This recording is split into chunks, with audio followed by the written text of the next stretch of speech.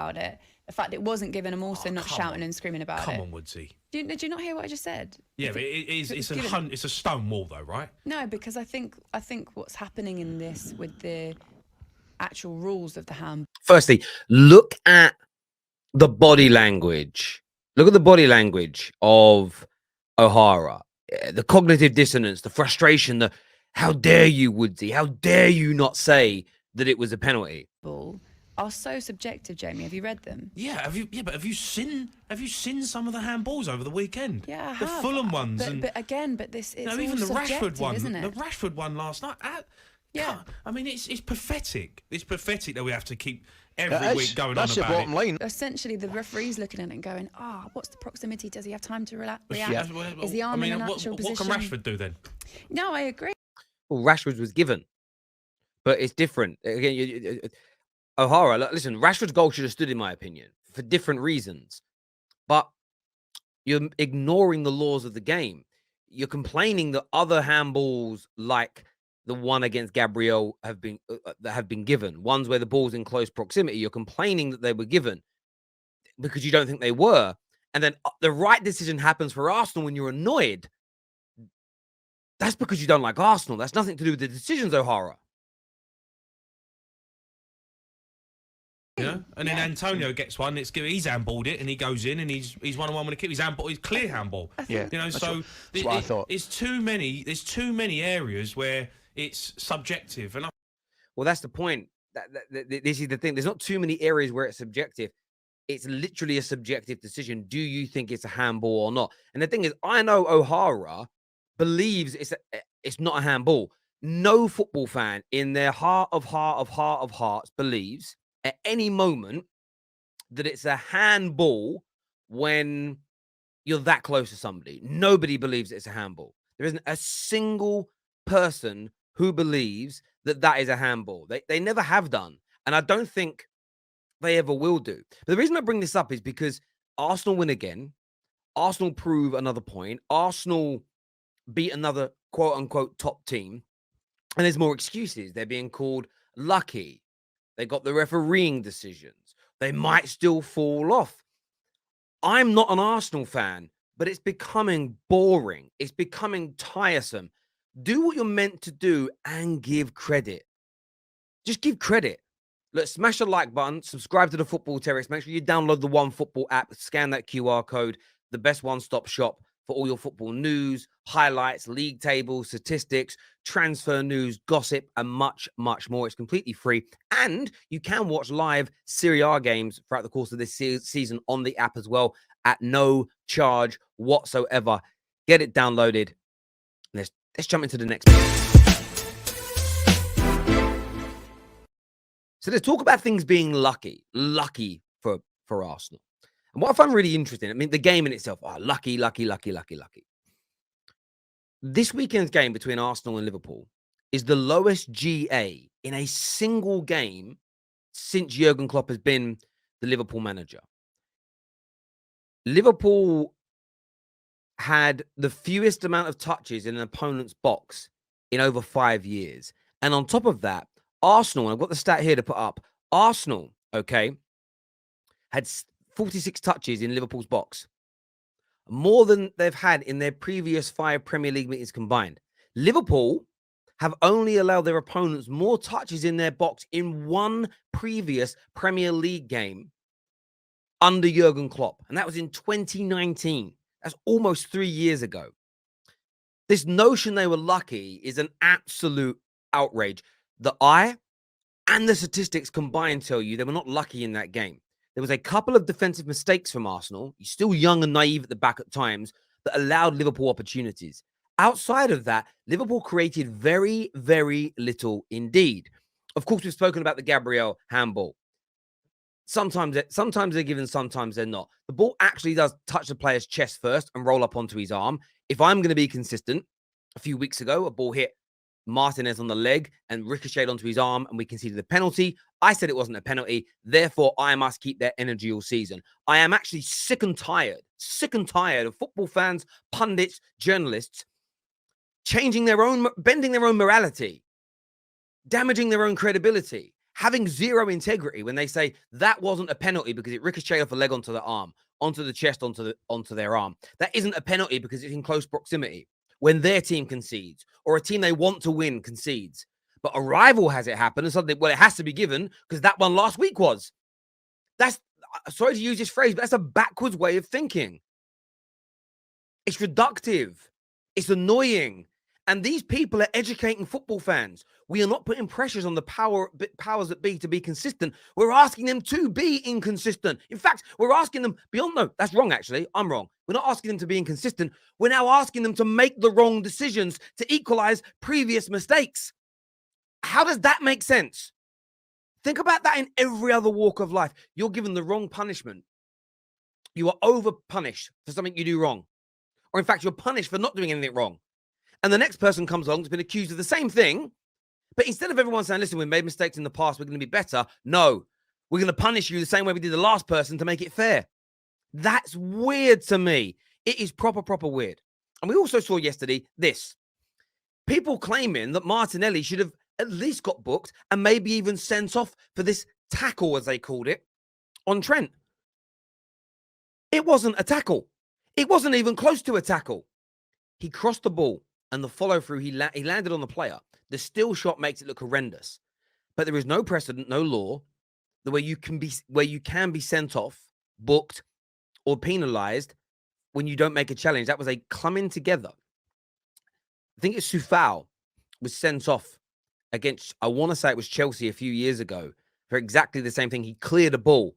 And as his leg came up after clearing the ball, it caught the Chelsea player on his thigh. VAR reviewed it and he got a red card.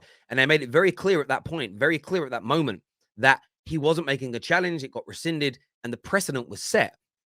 The fact that that's been ignored by media outlets, this isn't just like angry Liverpool fans. I'm seeing professional journalists talk about this. It's crazy to me. More respect has got to be put upon Arsenal's name. There's no doubt about it for me. It really, really does. Let's take a look here at what Gary Neville had to say on these podcasts about Arsenal as well. Questioned Arsenal's resilience and would they fall away last season. You know, I think part way through I said I'm not sure they've got it to get to the end, and in the end they did fall away. It was an alarming drop-off in that last period of the season where they actually lost their confidence and they looked like they really were feeling the pressure of having to qualify for the Champions League. And I thought at that time it would be a really difficult period. I thought it was difficult for Mikel Arteta to actually come back from that. I wasn't the only one. But I have to say, the recruitment in the summer, the start to the season, winning the games that they're now winning. Obviously, they lost at Old Trafford, but winning against Tottenham at home. They played well at Old Trafford as well. They played well. They played well. But let's say, other than that, you think about the fact they've beat Liverpool, they've beat Tottenham. They're big games for Arsenal Football Club. And look, I don't think they'll win the league. Let's be really clear. I think Manchester City will win this league by a street in the end. I know that they're not even top at this moment in time, but I just feel like they could just go like that. And Arsenal are having to be at full pelt to stay with them. I'm going to stop Gary Neville, though. I'm going to stop him there for a second. Listen, he obviously praised them. They've beaten Tottenham. They've beaten Liverpool. You know, played well against Man United. They've done well so far in the big games, Arsenal. There's no doubt about it.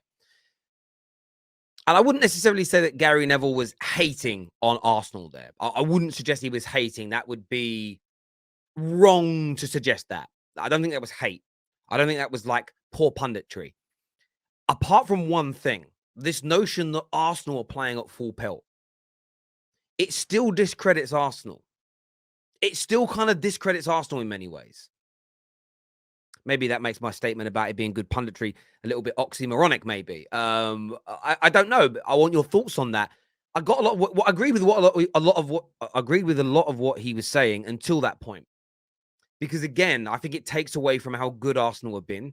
I think it delegitimizes their quality. I think that it plays down the fact that this is one of the youngest teams in the league. I think the second youngest team in the league. It's still an inexperienced manager by all intents and purposes, and they're top of the league. They're actually ahead of this Manchester City team who we're lording over, that we're saying are going to win it by a streak. We're 25%. We're about 25% of the way through the league, and Arsenal are top. They've had 3 big tests and won 2 of them. Losing away at Manchester United is not an embarrassment ever for any team at any point in Premier League history. And they've got over the hoodoo of Liverpool. And when I say they're not playing at full pelt, I think there's so much more to come from Saka and Martinelli from a goal-scoring point of view, especially. I think there is far more to come from them defensively as well. And you may ask, what do I mean by this? Well, Gabriel has made a few mistakes this season, passing out from the back against Fulham, conceding the goal.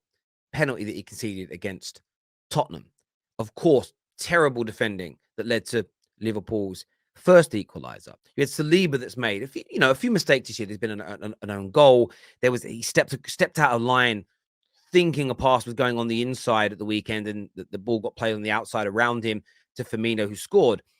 And Saliba's been brilliant this year, and he deserves. He'll get internal criticism and constructive criticism to improve that. But there are mistakes still at the back. So when I say there's more to come from them defensively, those players, that group, Ben White, I think, just turned 25. The rest of them are under 25 years of age, the whole back line. To not think that over the next 12, 18 months, 2 years, they're going to get better, stronger, more alert. And of course, you learn as you go on. Experience is key. They haven't got any experience, and they're still top of the league. So I think it's wrong to suggest that Arsenal are playing at full pelt. That Arsenal are at the absolute optimum best they could be, almost like they're going to run out of fuel. I think there's another gear or two to come from this team. In exactly the same way people are saying Spurs and Chelsea, Man United can go to another level, I think Arsenal can as well. Will Arsenal win the league? In my opinion, no. Will they be in the title race? Yes. History dictates it. No team has had this many wins in their opening 9 games without challenging for the title. No team has ever missed out on a Champions League position from this point. And let me make one final thing here. I get O'Hara wants to play it down. Liverpool fans are angry at the weekend. Spurs fans still can't accept that Arsenal are legitimately top class. And I know a lot of you in the comment section are, Terry, on his knees again for Arsenal. For me, it's important to speak straight facts, the truth when it comes to football. And I really do mean this when I say it. Arsenal got another gear to go to. There's absolutely no doubt about it whatsoever. I think they're going to be in a title race this year. They will make the top 4, in my opinion. And people have just got to get with the program. I think delegitimizing them is going to make more people like me stand up and say, no, come on, you've got to recognize the quality of which they are showing. I get there's hate for them. I get there's dislike for them, but it is becoming a little bit tiresome and a little bit boring now. People always trying to downplay their credit. Well, they've won games, but who have they played? Okay, well, they've beaten a few teams, but are they really at their best so far this year? And at the same, are they really at their best? Yeah, but this, yeah, but that. And we're ignoring all the factors that still show that Arsenal have got a way to go and a way to get to the next level. This was one of the best attacking performances against Liverpool in Jurgen Klopp's era in the Premier League. They nullified him, Mo Salah as an example, to almost nothing in this game. And there's a lot more to come. Arsenal are a serious team this year. There's absolutely no doubt about it. No doubt about it in my mind. But I do want your thoughts and I do want your feelings. Now, what the likes of Gary Neville have said, the likes of Jamie O'Hara and others, are Arsenal still being disrespected, or is the criticism of them fair in your opinion? I want to know in the comment section below. Make sure you smash the like button. Make sure you subscribe to The Terrace. Until next time, take care. By the way, download the One Football app. Get that done now. Until next time, take care. Goodbye. God bless. And I'll see you soon.